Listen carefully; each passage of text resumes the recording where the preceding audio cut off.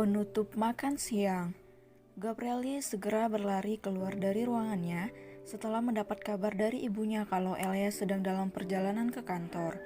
Baru saja tadi dia mengatakan pada Ares kalau ingin pulang untuk makan siang di rumah, malah istrinya yang sudah lebih dulu datang kemari. Hatinya tentu saja berbunga-bunga.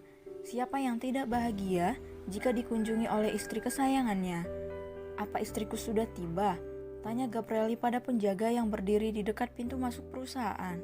Belum, Tuan Muda, mungkin sebentar lagi, jawab si penjaga sambil melihat ke arah jalan raya.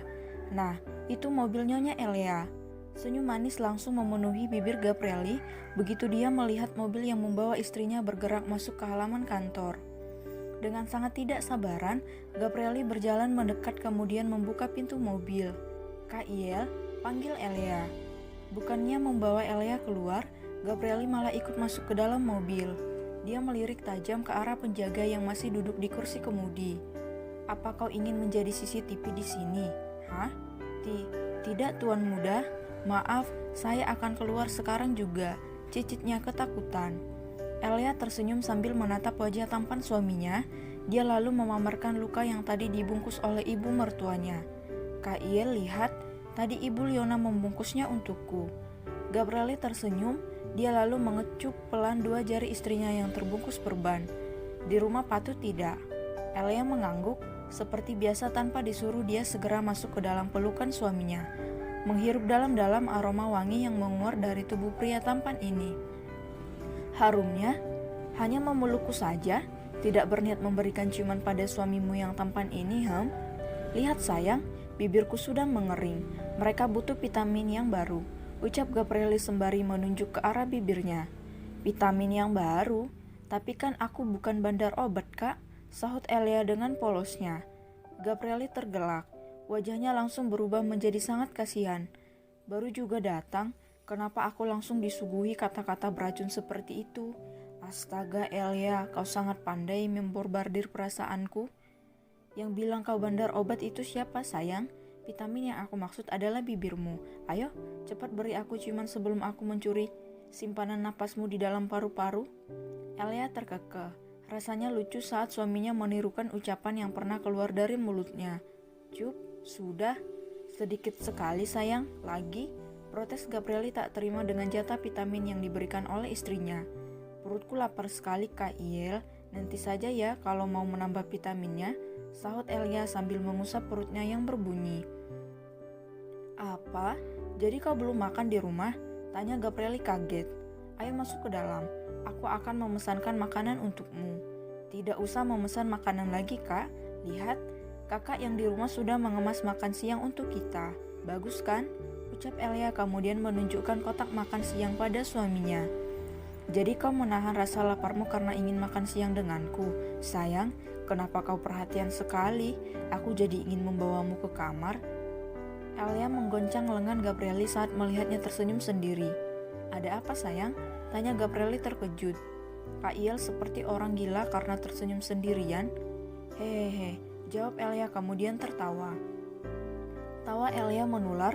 Gabrieli pun ikut tertawa namun dibarengi dengan tampang yang sangat memprihatinkan. Gila? Ya Tuhan, adakah orang yang berani mengatainya seperti itu selain Elia? Tak ingin membuat istrinya semakin kelaparan, Gabrieli segera mengajaknya masuk ke dalam perusahaan. Dia menatap tajam ke arah pria-pria yang kemungkinan besar mencuri pandangan ke arah istrinya yang cantik jelita ini. Ares yang melihat kelakuan tuan mudanya hanya bisa mendesah pasrah. Dia merasa kasihan pada semua penjaga dan juga karyawan pria yang terdiskriminasikan oleh peraturan nyeleneh bos mereka. Kalian para pria bersabarlah, karena nasib kalian jauh lebih beruntung daripada nasibku yang selalu berada di ujung tanduk. Di dalam lift, Gabrieli masih berusaha mendapatkan suntikan vitamin dari istrinya. Dia memang mendapatkannya, tapi semuanya terasa tidak memuaskan karena dibarengi dengan perut Elia yang tidak berhenti berbunyi. Hehehe, cacing di perutku melakukan demo besar-besaran Kak, ucap Elia saat Gabrieli menatapnya datar. Sesampainya mereka di dalam ruangan, Elia dengan cekatan mengeluarkan semua makanan ke atas meja. Mereka berdua menikmati makan siang itu dengan sangat romantis, di mana Gabrieli meminta untuk makan dari piring dan sendok yang sama dengan Elia. Sayang, Apa cancinya masih melakukan demo? Tanya Gabrieli setelah selesai makan siang. Elia mengusap perutnya kemudian menggeleng. Sepertinya tidak, Kak. Mereka sudah tidak menabuh genderang perang di dalam. Gabrieli tertawa mendengar perkataan istrinya. Kemari, ucap Gabrieli sembari menepuk pahanya. Dengan patuh Elia menuruti perkataan suaminya. Tadi Ibu Liona terlihat sedih saat memikirkan Ijel, Kak. Aku jadi tidak tega melihatnya. Semua orang juga sedih sayang, tapi tidak ada yang bisa kita lakukan untuk membangunkan Bibi Cleo dari koma. Semua hanya berharap ada keajaiban Tuhan yang akan membuat Bibi Cleo sadar secepatnya. Sahut Gabrieli menanggapi ucapan istrinya. Jangan bahas orang lain dulu, sekarang waktunya untuk kita menghabiskan waktu bersama. Gabrieli segera membungkam mulut Elia saat dia ingin bicara. Tok, tok, tok, Sid, akan kubunuh kau, teriak Gabrieli murka saat ada yang mengganggu kesenangannya. Napas Elia tersengal, dia lalu merebahkan kepala di bahu suaminya. Dasar pencuri napas.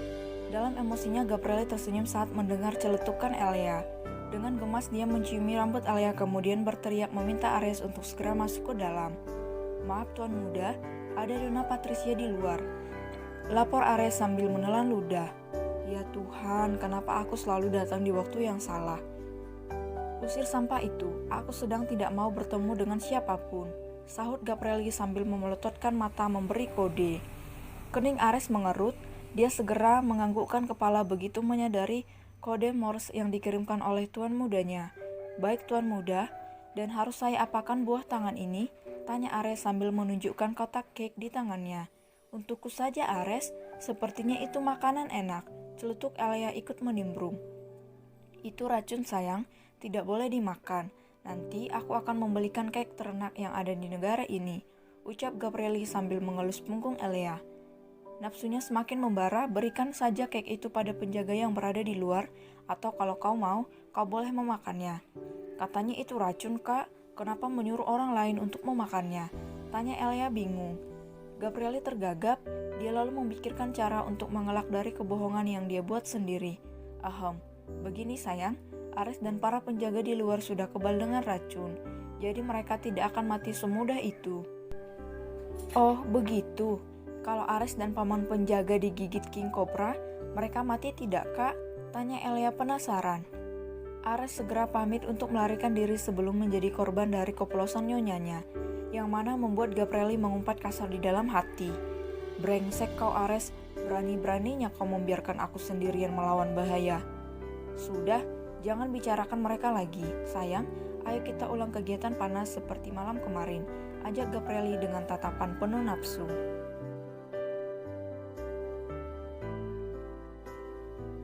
Anak kecebong. Reinhard menatap curiga ke arah Gabrieli yang tengah tersenyum-senyum sendiri sembari memiling bibir. Matanya memicing melihat ada bekas cakaran di lehernya. Apa kau dan Elia baru saja bercinta? Tanya Reinhard tanpa basa-basi. Gabrieli mengangguk jujur. Ya, kenapa? Apa kamu memiliki keinginan untuk bercinta denganku juga? Tubuh Reinhard bergidik jijik. Kau gila.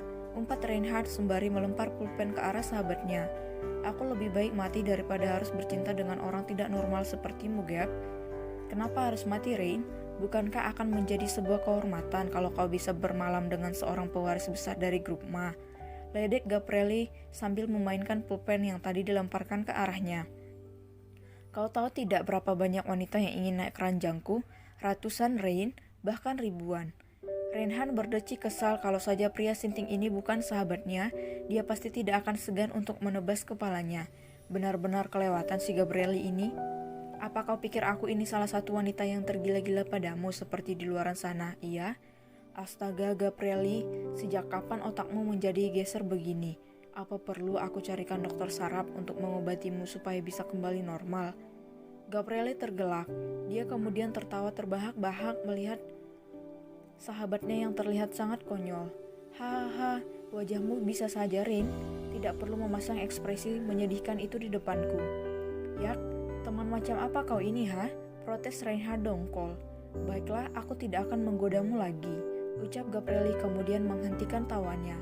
Nun, bilang kamu mencariku, ada apa? Siapa juga yang mencarimu? Tadinya aku ingin menemui Elia. Siapa yang menyangka kalau aku malah bertemu pria tidak waras yang sedang dimabuk cinta. Sindir Reinhard sambil memutar bola matanya jengah. Cak, macam tak pernah jatuh cinta saja kau, Ren. Kau mau ya aku mengenalkan Lepi pada salah satu rekan bisnisku, supaya kau tidak bisa mendekatinya lagi, iya? Ancam Gabrieli sembari memperlihatkan smirk licik di sudut bibirnya. Wajah Reinhard langsung berubah masam, dia mendengus kasar kemudian melipat tangan di atas perut.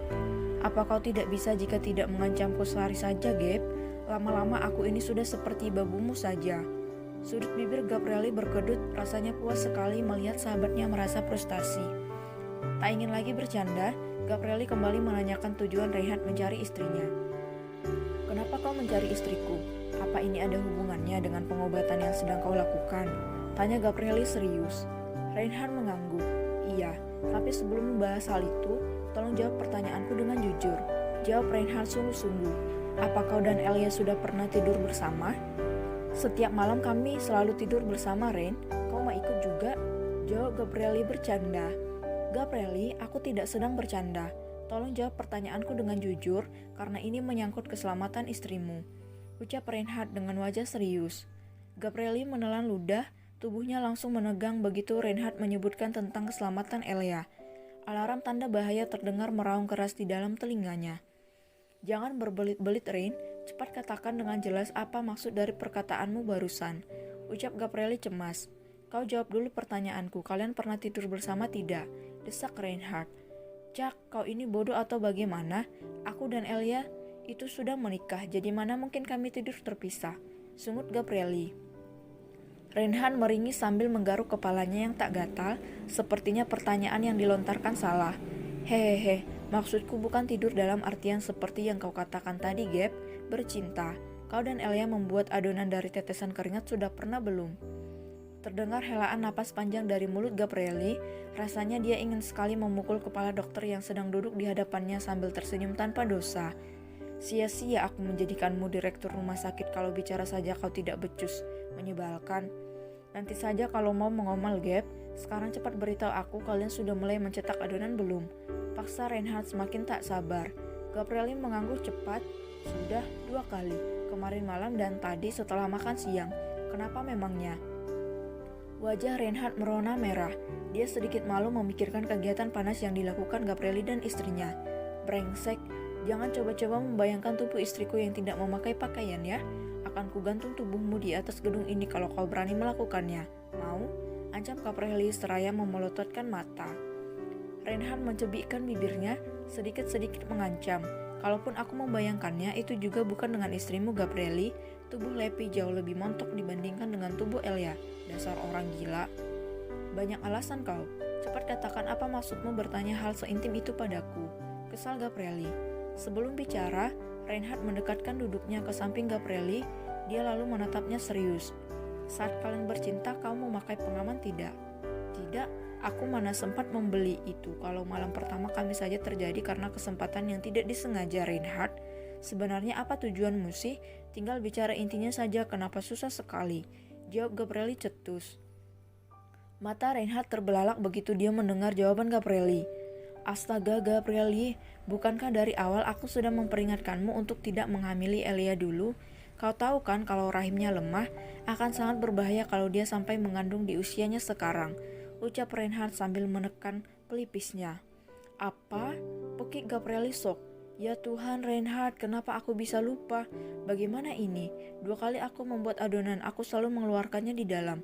Astaga, bodohnya aku. Bagaimana kalau kecebong-kecebong itu menggerogoti rahim Elia?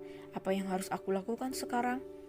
Saking paniknya, Gabrieli sampai tidak sadar berjalan mondar-mandir seperti setrika pakaian. Dia bahkan tak mempedulikan pandangan heran dari sahabatnya. Jadi kau menyebut benihmu sendiri sebagai anak kecebong? Tanya Reinhard pelan. Apalagi memangnya? Tidak mungkin anak dinosaurus kan? Sahut Gabrieli. Lagi pula mana ada dinosaurus tampan aku. Hoek, Reinhard membuat ekspresi seperti orang yang ingin muntah begitu dia mendengar kenarsisan sahabatnya. Dia lalu pura-pura tak melihat saat Gabrieli menatapnya datar. Kau ingin mati ya? Bukan aku yang ingin mati, tapi anak kecebongmu itu yang bisa membuat Elia mati. Astaga Gabrieli, Aku tahu juniormu itu kuat, tapi seharusnya kau tidak mengabaikan peringatan dariku. Chuck, kau ini bagaimana sih? Katanya sayang pada Elia, tapi kenapa tidak peduli dengan keselamatannya? Jawab Reinhardt menyayangkan perbuatan sahabatnya. Gabrieli mengusap wajahnya kasar. Dia lalu menatap ke arah kamar di mana Elia sedang tertidur setelah mereka berolahraga ranjang. Apa kau memiliki jalan keluar, Rain? Aku tidak mau Elia kenapa-napa, tanya Gabrieli gelisah.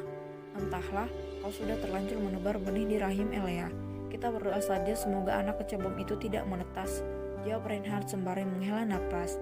Oh ya, Gab, di mana Elia sekarang? Dia sedang tertidur karena kelelahan. Chuck, dasar predator, ejek Reinhardt pelan.